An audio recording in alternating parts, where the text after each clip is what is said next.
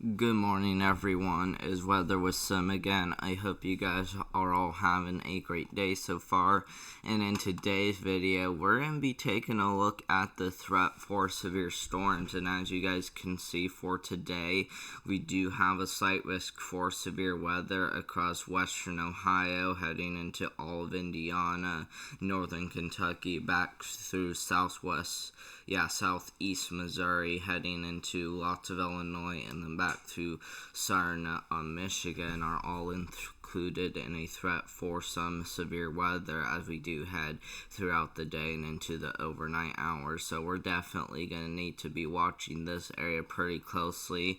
And I do want to say that in the last video we were talking about how the models did go really hard on the severe weather threat, and as you see, that's why the Storm Prediction Center did extend that threat all the way down here towards northern Kentucky, the rest of southern Indiana, and back through southern Illinois. So those areas are now in a really good threat for severe weather, because as you can see, we do have a 5% chance of a tornado that do include those areas of northern Kentucky, all of Indiana, back through western Ohio, eastern Illinois, and even southern Michigan, all included in a threat for severe storms as we do head into the overnight hours especially, but we could still be seeing some severe thunderstorms as we do head throughout the day.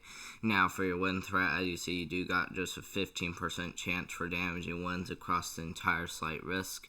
And then for your hail threat, as you see, we do have a hatch risk for large hail across almost all of Indiana. That 15% is all of Indiana, but that hatch risk doesn't include the southeast part, but it does include most of it. So places like Evansville, Springfield, Illinois, heading into St. Louis, Missouri, back to Fort Wayne, Chicago. So those areas are all under the gun for 2-inch in diameter hail or larger due to this hatch risk. But the slight risk will mean a 15% chance of 1-inch in diameter hail. So if you do live in Fort Wayne, Indianapolis, Evansville, or Springfield, Illinois, heading into St. Louis, Missouri, or even back to Fort Wayne, and then areas in Michigan like Lansing, make sure you are protecting your vehicles before this event gets going. You should probably protect them now, because even though we haven't head into the overnight hours, I do think there's a really good chance that we do see some brief severe storms throughout the day. So go ahead and cover your cars right now so that way they are protected. So make sure to also have your tornado action plan in place if you do live in Indiana. So anywhere in Indiana, including Evansville, make sure you are protecting your vehicles. Like I said, also make sure you do have your tornado action plan in place, but also western Ohio, eastern Illinois, and northern Kentucky should also have their tornado action plan in place too as well. But especially Indiana will have the best chance for tornadoes today, including Evansville, like I said. Now let's go ahead and go to this next outlook. So for this outlook, okay, they actually did make a marginal risk for severe weather on day 2. We're going to go ahead and check that out. And as you see, we do have some of those storms coming over and affecting these areas right here. So places like Lexington, Kentucky, Charleston, West Virginia, heading into Huntington, West Virginia, heading into Parkersburg, West Virginia, and then into Richmond, Kentucky will likely be in the threat for severe weather as we do head into tomorrow with a is there a tornado threat? Yes, there is a 2% chance for a tornado across this area right here. So you guys might not need to take this as serious as they're going to need to take it serious, but you guys should still really take it serious if you guys do live in eastern Kentucky through Charleston, West Virginia, and then into maybe a little bit of southwest Pennsylvania. And then for your wind threat, as you can see, you do have 5% chance for damaging winds across this area right here. here. And then for your hail threat, it doesn't look like there's any hail threat, so any of those hailstorms will likely die down, but they will still be capable of producing a brief tornado along with some gusty winds. And so that will be something that we do need to watch pretty closely as we do head into tomorrow. But we're mainly watching today, okay, mainly due to the tornado threat. That's pretty much all of Indiana, western Ohio, eastern Illinois, through northern Kentucky, and then back through parts of southern Michigan. So like I said, I do really want you guys to have your tornado action plan in place, because this is really, really serious. I do want you guys to take this serious, so make sure you go ahead and do it now, so that way you guys aren't in a storm that's capable of producing large hail, damaging winds, and an isolated tornado. Now, if we look at the excessive rainfall outlook, as you can see for today, we do have a small threat for flash flooding across the entire Ohio Valley, heading into portions here of Pennsylvania, but also into the Great Lakes region. Will likely have a chance for some flash flooding. So if you do get caught under a downpour, make sure to be on high alert for at least some flash flooding too as well. These storms will likely produce heavy downpours, and not only hail damaging winds and a brief tornado, but also flash flooding will also be a concern too as well. So make sure to be on high alert for that too as well, and it's also pretty widespread. So like I said, make sure to be on very high alert for potential flash flooding. For day 2, as you can see, that does shift off to the east, and we do have a big tail of flash flooding heading from Maine all the way back down to portions here of the Appalachian Mountains. So this is definitely going to be pretty concerning as we do head into tomorrow, with the main concern being flash flooding, with maybe, just maybe, some severe weather, because we did have that marginal risk in play. But like I said, that isn't going to be as bad as today, where we do have that bigger tornado threat. Now, for day 3, as you guys can see, for day 3, we do have, it looks like we do have a threat for flash flooding across portions here of the coast of Oregon, heading into California. So those areas might need to start being ready for some flash flooding. And then if we look at day 4, as you can see, even another threat for flash flooding across the same area. And then for day 5, still continues, but shifts farther down south. Now, here's something I do want to let you guys know. Take it with a grain of salt, as I tell you, but I wanted to show you guys that as we do head into the beginning of March, so as you see on March 1st, which is going to be Friday, as you can see, we start to see maybe a little storm system moving through that might bring a small threat for severe storms across portions here of the deep south. And then as that finally heads out, we might start to see a line of storms moving through the plains, the Midwest, and maybe even the Ohio Valley could definitely see a chance for some severe thunderstorms. And so that will be something to watch extremely closely as this last storm does develop. And then as that finally heads out, we might need to watch this one too as well, as we do head into the beginning of March, which will be March 7th. So this one could definitely be more significant than this one. But like I said, take this with a grain of salt. Things will definitely change with it, but as of right now, it is looking like we will definitely be talking about some severe weather threat across Illinois, Indiana, and then back to Mississippi. But like I said, that's not till March 7th, which is about 16 days away from now, so we still got quite a while to go before we really get into this scenario where we do see more rounds of severe weather. But like I said, take that with a grain of salt. So let's go ahead and start talking about the Cape and instability with this storm. So we're going to move this back. And as you guys can see, for right now, we do have some Cape already ongoing across these areas. It looks like we might even have a bunch of thunderstorms across portions here of Indiana, and as well as Kentucky, even some isolated pockets of around 1,000 across Illinois. This is the HRRR model, so it definitely does a better job with it. That's usually what people say, is that the HRRR model is a lot better at doing the Cape and instability. And as you can see, it continues to show that Cape and instability lasting through Indiana. And as you see, just look at that, guys, really high instability across Indiana, even portions here in northern Kentucky. Look at that, 2,000 joules per kilogram. Oh my gosh, guys, look at that. Pretty much across portions here, southern Indiana into northern Kentucky, we're seeing 2,000 joules per kilogram there. And that's why I'm saying the threat really had to get bigger, because, I mean, the severe weather threat probably should have been even bigger. Because just look at that. 2,000 joules per kilogram is a lot. It might look like it's just a bunch of that white color, but it's not. It's actually 2,000 joules per kilogram across that area. And just look at that. It continuously continues. See, we still see 1,000 joules per kilogram across these areas, guys. So we got a ton of CAPE down here to the south across Evansville, heading into Paducah, and then back through southern Illinois. But not only that, even across northern Indiana, we'll have a ton of CAPE to use. So we could see a tornado down here to the south near Evansville, Indiana, and we might even see a tornado up here near Fort Wayne, South Bend, and even near Michigan City. So that's just how it seems to be looking like, because like I said, we're using a model that doesn't go very far out, which is a good model to use, especially because you are extremely close to the event. But also look at the supercell composite, guys. As you can see, it starts coming in, getting bigger, and look at that. Wow, guys, look at that. That's a 20 right there, almost a 20. Look, we're seeing some 18s, 15s. That's a lot of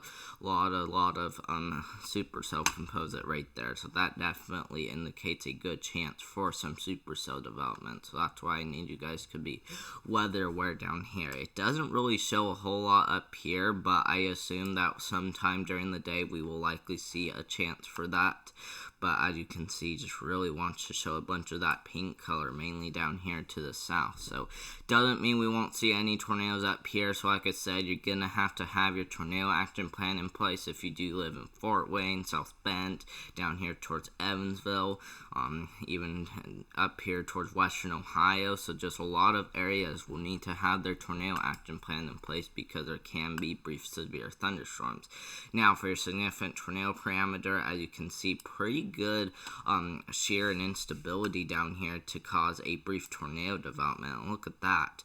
That is really high. 7 out of 10 is a really high tornado threat down here. So I'm glad the Storm Prediction Center did choose to extend that site risk down here to the south, to where there is a possibility of tornadoes. But as of right now, it is looking like there probably might be a little bit of uncertainty by this point. But for what the models are showing, like just Evansville, Indiana, it's gonna get really hard, get really hit hard by severe storms. But even up here to the north towards South Bend, Fort Wayne, and these areas will also get really hard too as well. So guys, we're definitely gonna need to be watching the severe weather threat really closely.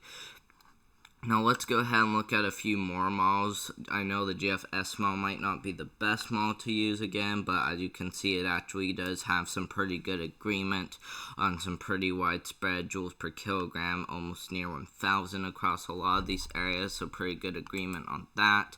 What about the supercell composite? It actually does show a bunch of this yellow color, so pretty good agreement on some supercell development.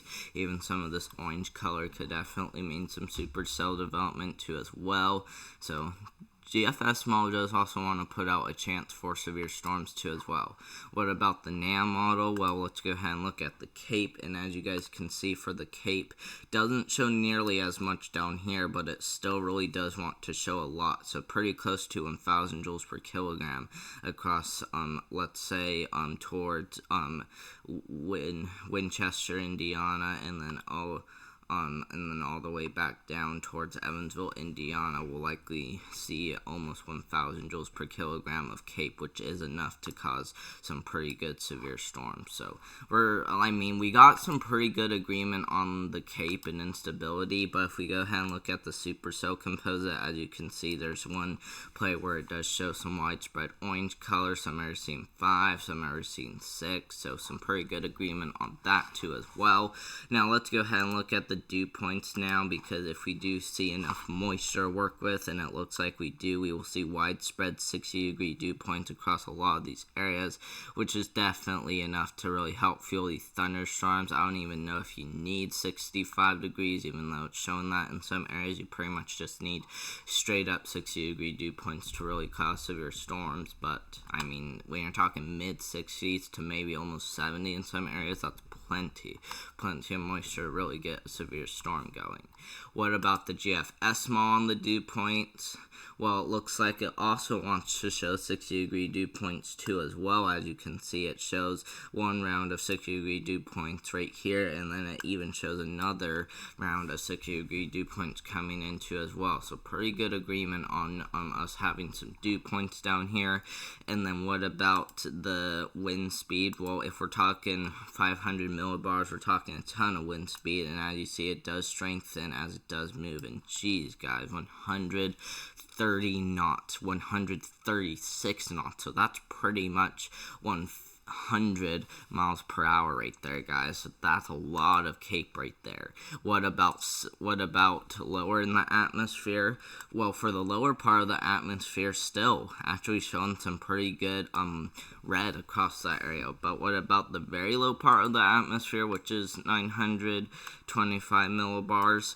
It looks like wind speeds will be pretty decent there. Look at that, a bunch of this yellow color indicating 40 knots, but you mainly need like 700 millibars or less. What about the very top of the atmosphere? Holy moly, guys, that is a really strong jet stream up there towards the atmosphere. We're seeing areas that are seeing over 200 mile per hour winds. So, I mean, we got more than we really need for tornado development down here to the south, guys.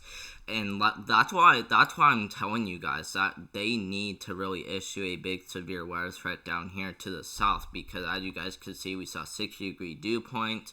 Now we're seeing a ton of wind to use on all levels of the atmosphere, and we're even seeing a really good chance for supercells with the HRRR model, the NAM model, and maybe a few other models. So I mean, just really good agreement on us really having a significant severe weather event down here. So we can't roll out an upgrade to an enhanced risk, and if we do see an upgrade, I think it would be across this area right here if we did see an upgrade to an enhanced risk, if we did see it.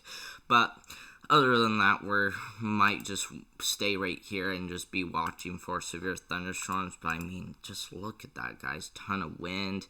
Let's go back to the dew point. So let's go ahead and go to the dew point. And as you guys can see, plenty of 60-degree dew points to use, as you can see. What about the cape? For the cape, as you can see, we actually do have some pretty good cape to use too as well, especially with the HRRR model showing over 2,000 joules per kilogram in some areas. So that's a ton of cape to use, like I said, guys. That's a lot of cape right there. So thank you guys very much for watching. Hope you guys did enjoy this video. We will be watching a potential upgrade to an enhanced risk for severe storms as we do head into the early morning hours and then into the mid-afternoon hours. So we will be watching for a potential upgrade, which I don't think will happen, but I do think it is a really good possibility because those models were showing over 2,000 joules per kilogram, especially the HRRR model, which is usually one of the best models to use when you're talking instability and cape. 2, we had a bunch of supercell composite, pretty much around 15, so pretty much 15 out of 35. That's a pretty good threat for supercells right there, and even those colors were really pink, which indicates kind of extreme potential for supercells.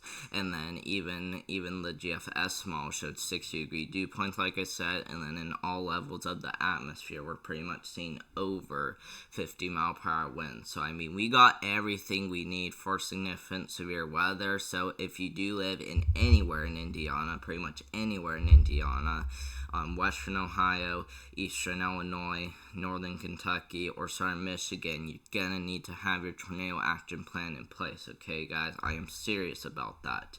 Even though that tornado threat might sound low, it is actually a pretty good risk for tornadoes, guys. And like I said, I wouldn't be surprised to see that tornado threat upgrade down here to the south, because those models are really showing that. But thank you guys very much for watching. Hope you guys did enjoy this video. We will continue to keep you guys updated on how things are looking like. I wouldn't be surprised to see an upgrade to an enhanced risk, so make sure to be prepared for that.